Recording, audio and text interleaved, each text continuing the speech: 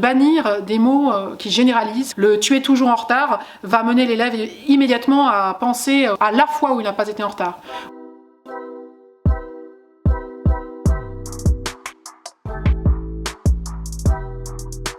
On passe notre temps à évaluer et à interpréter lorsqu'on communique. Et si on pouvait essayer, dans la mesure du possible, à décrire davantage plus que d'évaluer, ça faciliterait énormément les rapports avec les élèves. Décrire au lieu d'évaluer, ça va être par exemple, au lieu de dire à un élève que son graphique est très bien, lui faire remarquer qu'il a tracé les axes, qu'il a relié tous les points, sans même rajouter un « c'est bien » derrière. Ça suffira pour que l'élève s'auto-complimente et soit satisfait de son travail et se sente encouragé. Par exemple, lorsque on veut complimenter un élève, se focaliser davantage sur les efforts, les stratégies qui ont été mises en place par l'élève, davantage que sur ses résultats. Lorsqu'on corrige une copie ou lorsqu'on remplit un bulletin, il est essentiel de toujours commencer par quelque chose de positif. Même si on trouve la situation catastrophique, il faut absolument pouvoir mettre en valeur quelque chose qui a été fait. Et c'est pareil lorsqu'on communique à l'oral. Un élève qui ne s'est pas mis au travail, le faire remarquer qu'il a déjà sorti son cahier, qu'il a déjà sorti son crayon, lui montrer donc qu'il est sur le chemin de se mettre au travail, ça va l'encourager à poursuivre, plutôt que de lui dire « tu ne fais rien ».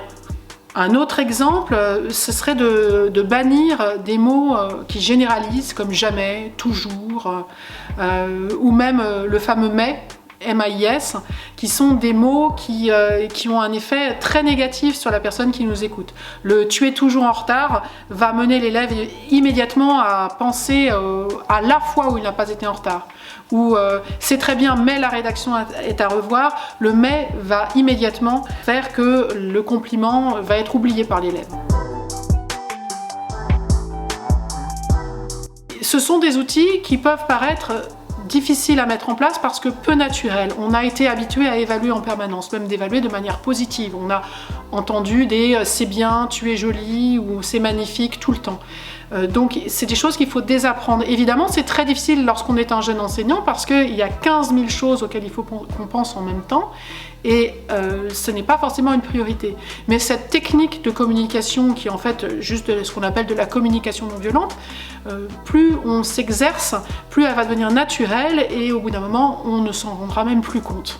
Il faut s'essayer, il faut tenter, il faut être très indulgent avec soi-même aussi, parce qu'on passe notre temps à faire des erreurs en tant qu'enseignant.